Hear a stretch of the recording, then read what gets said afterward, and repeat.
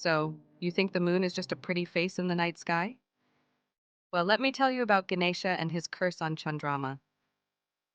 The waxing and waning of the moon, a celestial dance we observe every month, is beautifully explained in Hindu mythology through the popular tale of Lord Ganesha and the moon god Chandrama.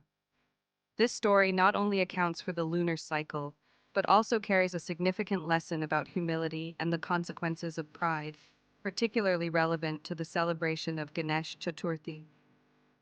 The story typically begins on the night of Ganesh Chaturthi, after a grand feast. Lord Ganesha, having been honored with countless offerings of his favorite sweets, especially modaks, had eaten to his heart's content.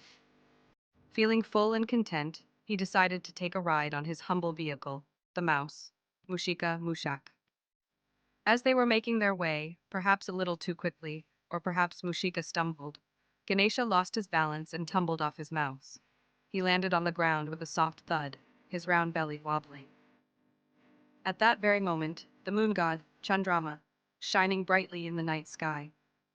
Witnessing Ganesha's comical fall, Chandrama could not contain his amusement and burst into loud, mocking laughter. Ganesha, though benevolent, was also divine and possessed immense power. He was deeply hurt and angered by the moon's disrespectful and prideful laughter. He felt humiliated that the moon had dared to mock him, especially after a day of such sacred celebration. In a fit of divine rage, Ganesha immediately broke off one of his tusks. Some versions say he simply pointed his finger and hurled it at the moon, delivering a powerful curse. Because you have mocked me in your arrogance, from this day forth, anyone who looks upon you on the night of Ganesh Chaturthi will be falsely accused or face misfortune and ill repute. No sooner had Ganesha uttered the curse than its effects took hold. The moon, once bright and full, began to wane. Its brilliance faded, and it started to disappear from the sky, causing distress among the gods and the entire universe. The moon god himself was filled with remorse and fear. The other gods, witnessing the moon's plight and understanding the gravity of Ganesha's curse, pleaded with Ganesha to forgive Chandrama. They explained that without the moon, the natural order of the universe would be disrupted, affecting tides, seasons, and the very rhythm of life. Ganesha, being the compassionate deity he is, eventually relented. However, a curse once given by a god cannot be entirely revoked. So he modified the curse, turning it into a blessing in disguise. The moon will not disappear forever, but it will wax and wane. For a period, it will diminish and then grow back to its full glory. However, the curse will remain effective only on the night of Ganesh Chaturthi.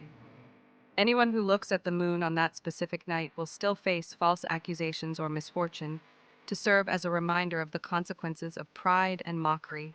To mitigate the effects of the curse on Ganesh Chaturthi night, Ganesha also provided a remedy.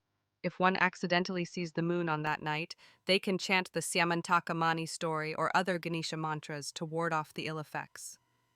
This story provides profound lessons on humility, respect, consequences of actions, divine justice, and compassion.